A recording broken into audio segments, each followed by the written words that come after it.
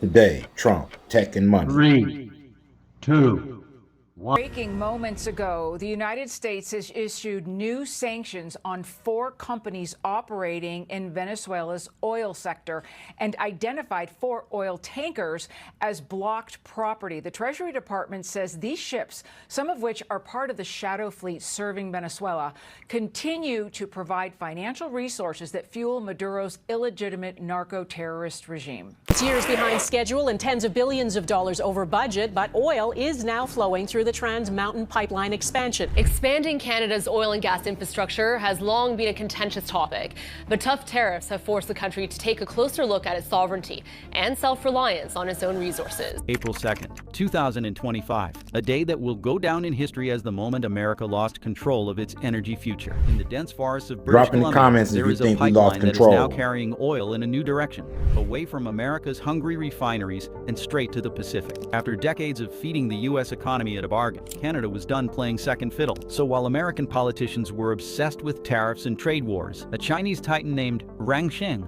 quietly slipped into Canada's oil heartland, signing contracts, securing over 800,000 barrels of Canadian oil to ship to Asia. Why does it matter? Because America's energy security, economic stability, and global influence just took a massive hit. And the one person who could have stopped it, he didn't even see it coming. Ready to see how this could change everything? Watch closely. The fight is just getting started. Trump's tariff gambit explodes. Trump thought a 10% tariff would bring Canada to its knees. Instead, it shoved them into China's arms. What began as a campaign stunt to reassert economic control spiraled into an international humiliation. Announcing a 10% import tariff on Canadian oil and gas, President Trump expected Canada to blink. He expected Prime Minister Mark Carney to back down. Instead, Carney doubled down. Within weeks, Canadian energy executives were rerouting crude destined for American refineries toward Asian ports. Rather than demanding leniency, Suncor, Cenovus, and Canadian Natural Resources Limited struck back by accelerating deals with Chinese, Indian, and Japanese buyers. And unlike American buyers, who negotiated hard and added political strings, these new customers simply paid more. The economic math was simple. Asia needed energy. Canada needed leverage. Trump gave them both. Then came China's next move. That's when Washington really started to sweat. China's oil offensive begins in Calgary.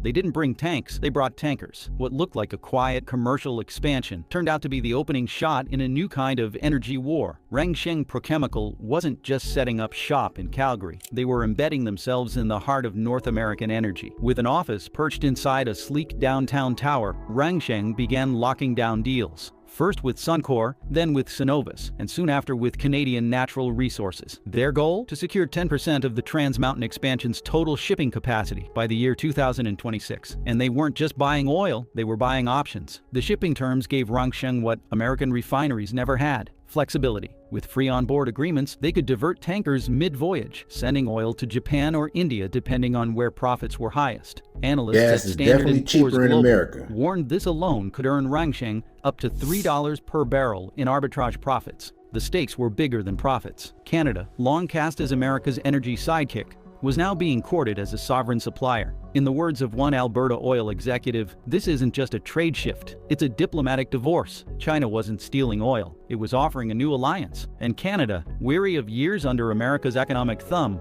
was finally ready to say yes. The United States had just lost its monopoly on the fuel of the future, the death of America's energy discount. American refiners had treated Canadian crude like a discount bin treasure. With few routes to global markets, Canada had no choice but to accept lower prices. On average, U.S. buyers paid $15 less per barrel for oil from Alberta than they did from anywhere else. It was the unspoken deal that underpinned North America's energy economy. That deal is now dead, with interest. The Trans Mountain expansion changed the game overnight, tripling capacity to 890,000 barrels per day. The pipeline now ships enough oil to fill 50 Olympic-sized swimming pools daily. None of that oil needs to flow south. Early shipments already reached South Korea in August of 2024. Japan and India are next. With demand in Asia outpacing supply, Canada's once captive crude is now a global commodity with bidding wars to match. For American refiners, the impact is brutal. Not only must they now pay full global prices, they're also competing with buyers who don't have to worry about Trump's erratic tariffs. One executive at a Louisiana refinery called the new situation untenable. Consumers are feeling it. According to Goldman Sachs, the average price at the pump could rise by as much as 80 cents per gallon if current trends hold. That means higher costs not just for gasoline, but for everything that depends on it: transport,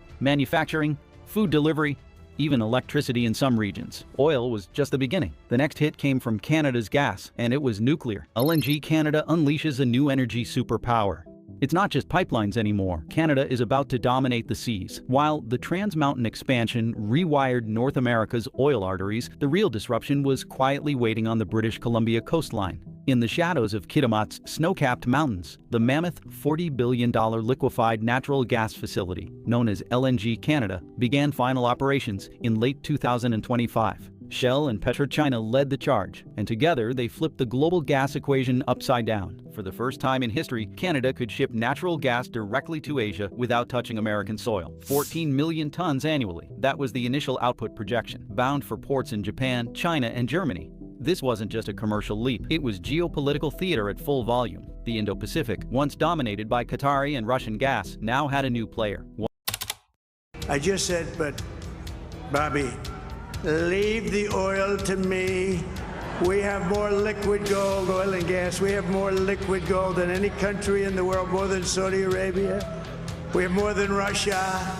Bobby, stay away from the liquid gold. Other than that, go have a good time, Bobby. We're going to be paying down debt. We're going to be reducing taxes. We can do things that nobody else can do. Nobody else is going to be able to do it. China doesn't have what we have. Nobody has what we have. But we have the greatest people also. Maybe that's the most important thing.